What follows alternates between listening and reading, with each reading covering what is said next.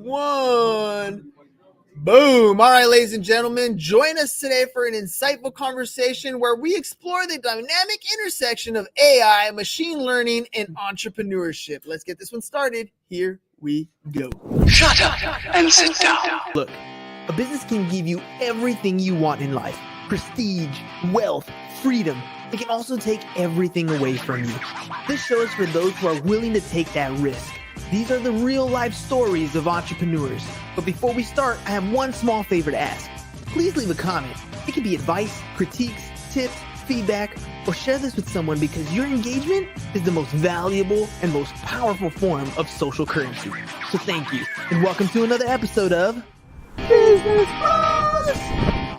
All right, Business Bros. Today we have a fascinating guest on the show. He's the mastermind behind Locusive. How do you say that, by the way? Locusive. Locusive, there you go. Yes, So he's the mastermind behind Locusive, which is a company that's changing the game by using AI, machine learning, and to transform businesses. In this episode, we're going to dive into his journey of using AI to enhance business operations and outcomes. Get ready for an enlightening conversation about the future of AI and entrepreneurship. So whether you're a business owner curious about AI's potential or an AI enthusiast seeking some practical insight, this episode promises to give you some valuable takeaways. So let's welcome to the show, Mr. Shanif Dhanani. Dhanani.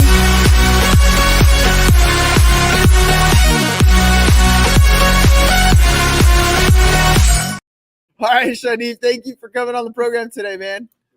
Dude, it's great to be here. I love this so far. Lots of energy. Thanks for having me. That's it, man. We're here to have some fun. Let's start off with the first question I always ask. Everybody who comes on the show is here to promote something. They're here to get their business out to the general public in some way, form, or fashion. What is it that you do, my friend? Yeah, we are basically working with some companies to create an AI assistant to help their customers help themselves. So it's just going to sit right in your app or your website. Customers will be able to ask questions about it. And unlike chatbots like today, it's going to be able to answer their questions by looking at your databases and looking at your data sources and providing them information that they need without having to call somebody. So that's what we're up to. That sounds like you're hiring somebody to work for you 24/7 and not really having to pay them anything. I like that. Who's the target audience here? Who can best utilize a service like this? I appreciate that. That's a lot of what our customers say. Hey, look, we've got an assistant who's always on. Most of our customers are software companies. So they've either created some sort of app or a website that usually is a little bit more complicated. So maybe enterprise software. And they're working with us to be able to embed this assistant into their apps. So mostly software, but we've got a couple of other services businesses who put us on their website and a couple of other folks as well. But I would say software all the way.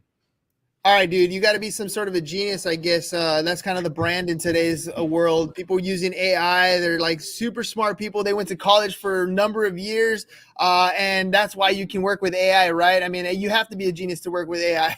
I'm just playing. What was your educational journey like? Like, what's your background to get you to a position where you can actually talk about AI with confidence and kind of help business owners take that leap when they're maybe unsure of what they're getting into? Dude, I appreciate that. I've been working long enough where sort of I forgot about school, but I did go to school for computer science and data science.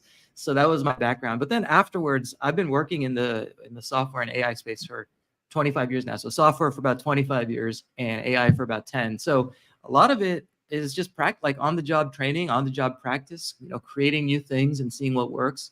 But formally, my background is in software development and data science, which kind of gave me a good foundation for being able to build AI products today. Did you know, like, right out of high school that's what you wanted to do? Like, you knew, that's it. I'm going to work on computers. I've been playing with this stuff. I've been coding stuff. I've been coding video games and security things for my peeps here at school. Like, did you know that up front, or did it kind of stumble into it? I remember when I first wrote my first piece of code, actually, I was 14. And so it was in middle school. And I was like, man, this is awesome. You can just type up stuff and it shows up on a screen. So I've been sort of enamored with the world of computer science for a while now. So I did know out of high school, that's what I wanted. But, I've worked with engineers who maybe didn't know that until they were graduated, or even they were started in a new industry and they decided to move to software. For me, it's been a long time. I've always loved working with computers. But it's not like that for everybody. let me ask you about your venture into entrepreneurship. For a lot of people, you have the skill set that you have. You could have gone and worked for a company directly and made a great career out of it. Why start your own company? There's so many risks that you go into. There's no guaranteed path for success, and yet you still took that leap of faith. Yeah, for what it's worth, I actually graduated school and then did go and work for a big company. And it was fine, it was okay. But I very quickly realized, hey, look, I actually love being able to build something, have people use it, and even better, make money out of it. So very quickly, I decided, hey, look, like I don't want to work for a big company. Not very quickly, maybe 4 or 5 years into it, I was like, man, I think I'm kind of done with this. Let's go figure out how to start a business. So I would not recommend doing this, but I decided to go to business school because I thought, hey, maybe it'll help me start a business. In reality, maybe not. But I did start a business in business school, and it was doing, mobile advertising when mobile phones were first coming out. And we did pretty well there. And, we eventually sold the company to Twitter. And I was like, man, entrepreneurship's cool. Let's just keep doing this. So I was hooked. And I've been sort of trying to get into that and continue to do more of that ever since. Hey, dude, selling your company first and foremost, that's a huge success. Most people don't build a company and have an exit at all. Their exit is I turn the lights off, I close the doors, and I'm done. It's not necessarily somebody buys them out. So kudos to you on that front. If you were to give advice to somebody who's starting a business today, especially with the thought of, I built a business where I can exit, maybe they want to have an exit in mind, or maybe they're like most people, they start a business not having a clue of what an exit strategy even is or what to implement. What advice would you give to somebody getting started today? Yeah, I appreciate that. And, for what it's worth, after I built that business, I started another business and we had to shut down. So I've seen the good and the bad and the ugly. You would think, hey, like after you started your first one, you should probably go on to do another one that exits well. Doesn't always work that way. So here's what I would, I've started my third business now. And here's what I'm doing based on what I've learned. First and foremost, I believe you really got to enjoy the journey. You really have to love either the problem that you're solving or what you're doing or the customers you're working with. You really have to care about that because building a business is a very long-term, very, like you said, it's a grueling thing. It can take a lot of things away from you.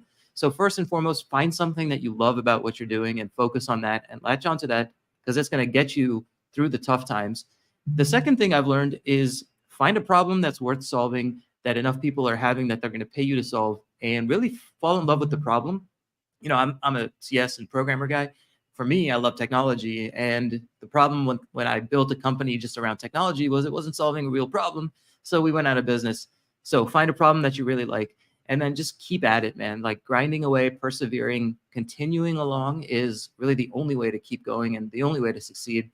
I mean, I could probably talk your ear off. Those are the top 3 things that come to mind as you ask me that question, though. I've always heard that success is a poor teacher. My very first business was a computer repair company, and I dropped out of college because it was doing well. Then my brother kind of got his heart broken. He was kind of the computer guy, really, and he joined the Navy and he left. I had to shut this business down, and that's when I realized I wasn't doing as good as I thought I was. I had employees that loved to work with me mainly because they got paid and I didn't pay Uncle Sam or, the state of California. I got locked into contracts that I personally signed for versus my corporation. A lot of lessons that I learned as I was crashing and burning on that one.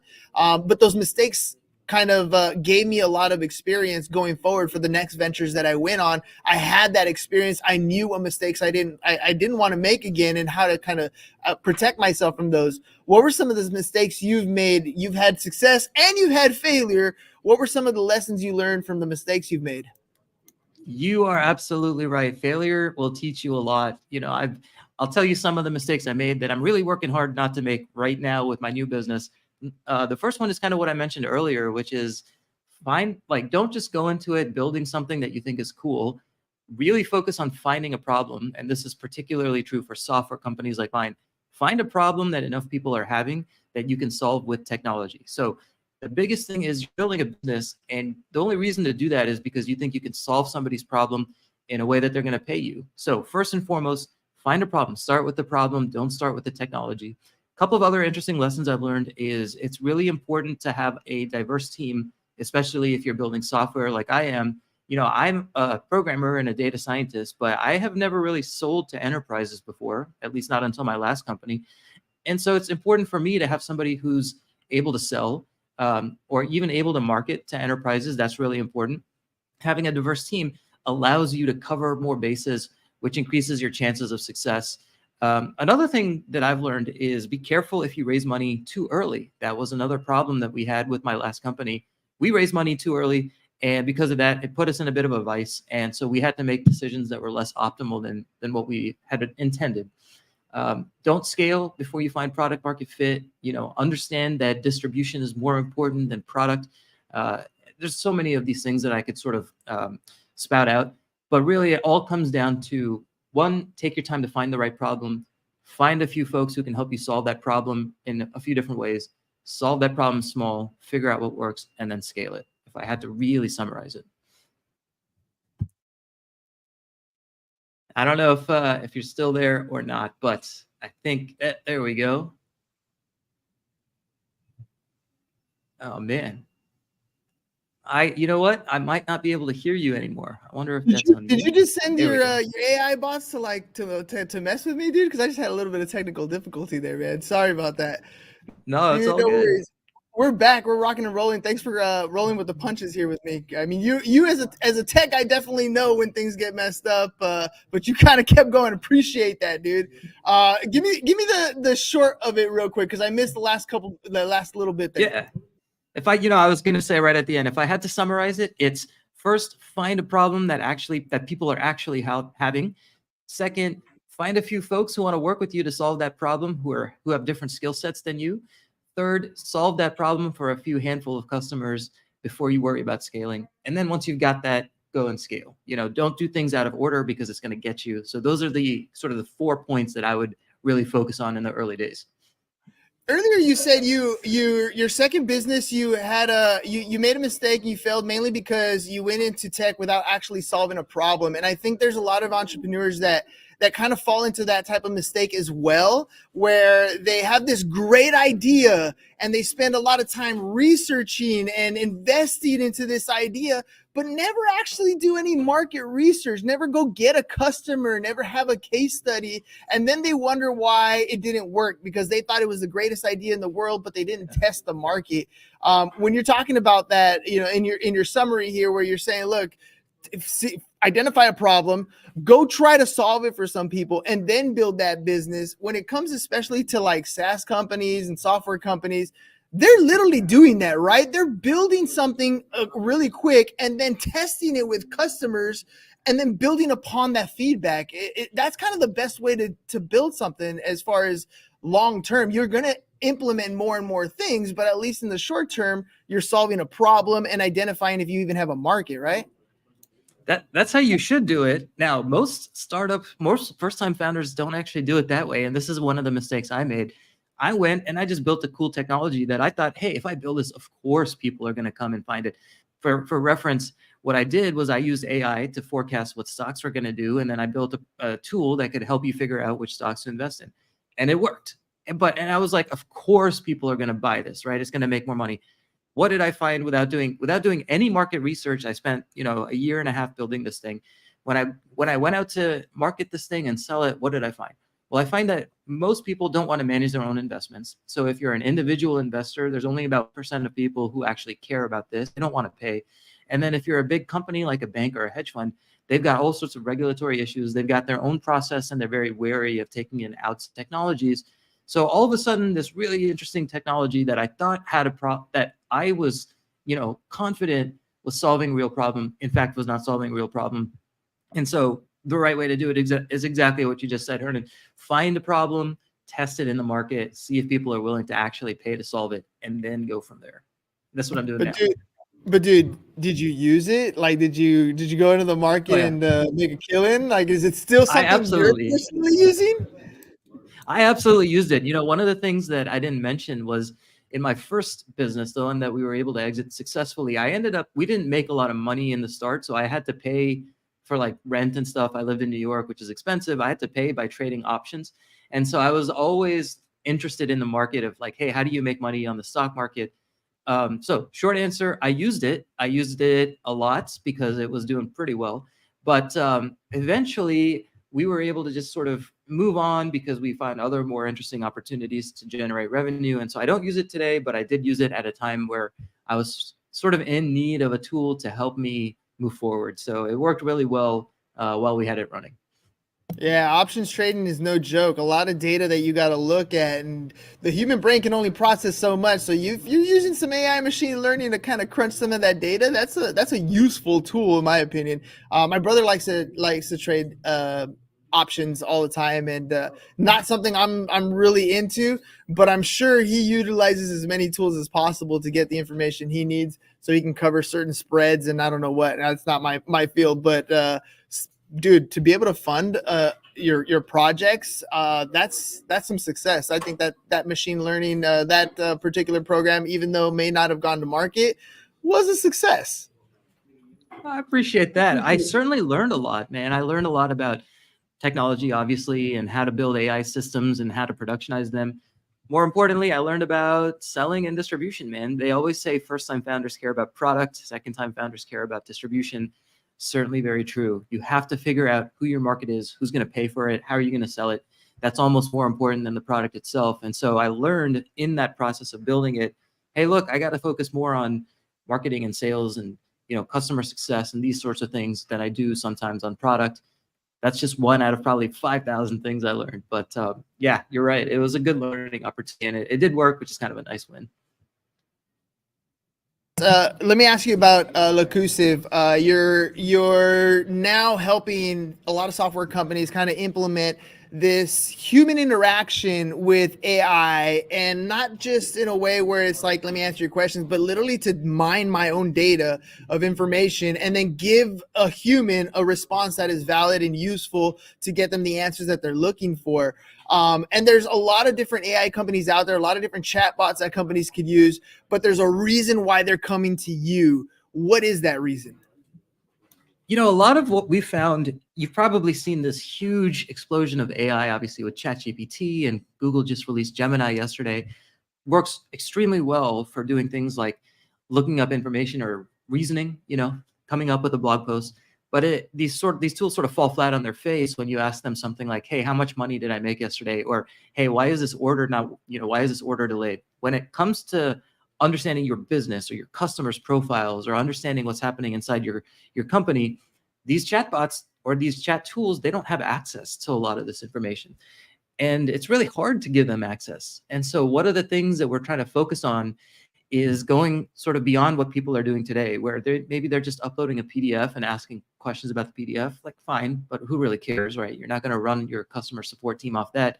Your chatbot is, or your search tool or whatever it is, it's going to need to be able to pull information about a customer from their profile. It's going to need to be able to pull information from your product knowledge base. It's going to need to be able to pull information from your database. You might need to plug into third-party tools like Salesforce. And these are the sorts of things that we're focused on, like true productivity gains for a particular business. And so people are coming to us because we're building that system. We're building the ability to pull information from the different systems you have so that your users can get a really great experience, rather than having to call in or email somebody and wait 3 days now. They might be able to get a response right away, or they might be able to get the data they need right away, which makes their lives better and your lives better. So that's really what we're focused on today.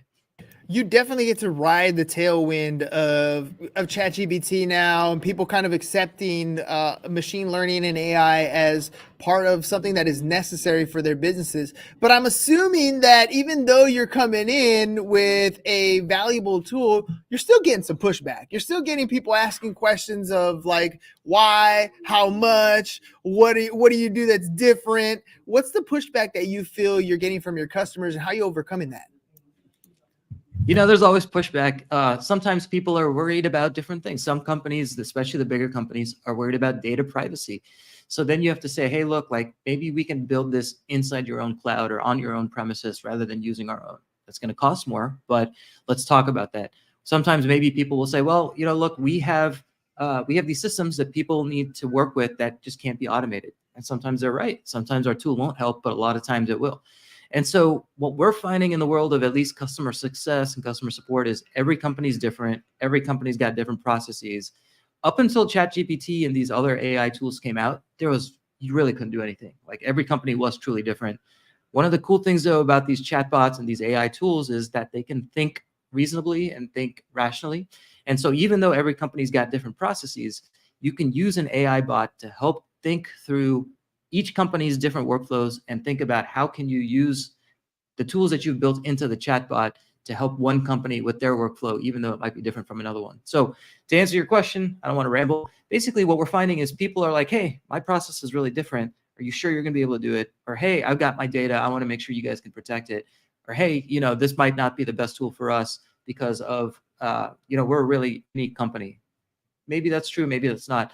Frequently, we find that talking about the problems they're facing, giving them a quick demo, diving deep into the problems that they want to have solved helps us understand if that actually is a real problem or if it's just a default objection. So sales tactic that I learned is really just dive deeper into the problems and see if you actually can add value in one spot. And if you can, just focus on that spot. And then hopefully you can grow and expand into that company over time. Yeah, a little bit at a time. Just get your foot in the door, solve that problem, build that trust in that relationship, and it'll go from there. Where do you see the vision of your company? With AI changing, so many things happening, where do you see your company going from here? If I think about the long-term, like 10 or 20-year vision, I'm a bit of a geek, especially a Star Trek geek. So in Star Trek, they've got this futuristic space show. And on every spaceship, there's a computer that knows exactly what's going on at any given time, can answer any question, can do anything. And I sort of see Locusive building the foundation of that all-knowing computer. Like, it's always aware of your business. It knows who your customers are. It knows that, hey, John Doe's got this going on their account. It knows, hey, your company made X, Y, and Z dollars last year. Hey, this is a problem today. We're sort of building the foundation where AI can plug into all of your data sources and plug into everything that's going on with your company and help you think through how do you make the best decisions going forward? How do you give the best customer success or best customer experience? And that's, if we're successful, we're basically going to power the Star Trek ship's computer in 20 years for every business. Man, I want it to be more personal than that. I want you to give me a Jarvis. Like, if you can give me Jarvis like an Iron Man, that's what I'm talking about. Plug into my personal life, plug into my business, help me answer some questions, set my alarm, set my temperature, like all that cool stuff. Like, I think that's the direction that a lot of us are heading in on the enterprise level, for sure, for the business, for your business operations. But eventually, we're getting rid of our phones. We're going to throw on some glasses. We're going to have a free guy live in a type world. That interaction needs to be on a personal level. And I hope you plant the seeds for that too. What do you think? I appreciate that. I will say one of the things I learned is try to stay away from consumer-focused businesses at the start. B2B, it's very clear. Hey, here's how you make money. Here's how you prove your value. Here's how you get customers. B2C is crazy, man. Like, you should see the types of things that individual consumers want and the types of feedback they give you. And the way I'm kind of thinking about this is, hey, if we can actually build this for business, there is an opportunity for us to focus on customers. There is a way for us to build the personal assistant. There is a way for us to get maybe into a smart ring that you wear around that you can always use to answer questions or record what's going on in your life and play it back to you. But I don't want to start there because B2C is a graveyard of businesses. And when you first start, you really want to make sure you understand that value you can add, build a repeatable process, and then grow from there. Wait, you just need $1 billion budget and you'll be good, dude. Then you take all the time you need, all the research you want. No, but I agree, dude. The B2B is definitely cool. You are interacting with the consumer base anyways. You're collecting data and understanding how the customer interacts, and it's going to be a good way to kind of roll into the consumer based products later on down the road. I wish you the best of luck, man. If people want to find out more about what it is you do, maybe get some quotes or more information, how can they do that? Yeah, man, it's been awesome. I very much appreciate the conversation. So folks can find me on our website, which is streaming across the bottom of the screen, Locusive, LOCUSIVE.com. Also, feel free to email me. I'm Shanif at Locusive, SHANIF. Also, Shanif.Dhanani@gmail.com. On LinkedIn at Shanif Dhanani. So feel free to look us up. We are always happy to chat with folks who are interested in this stuff. I'm a bit of a data geek, and so I love talking about it. But if you're interested in implementing this for your business, feel free to get in touch, and I'm always happy to help. Dude, AI is here, ladies and gentlemen. It's the wave of the future. Maybe not the Matrix, maybe not the Terminator, but it's definitely here to stay. And people like Shanif are definitely making headway. One more time, locusive.com is the website scrolling across the bottom. Shanif, thank you very much for being on the program. Ladies and gentlemen, we'll catch you guys on the next one. Peace. And we're out. Awesome. Shut up. It's over. Go home. Is your business in need of marketing? Try starting a podcast, but not just any podcast. Podcast like a pro. We can show you how to take your business from being invisible to becoming a brand people trust. Go to www.businessbros.biz to get started today.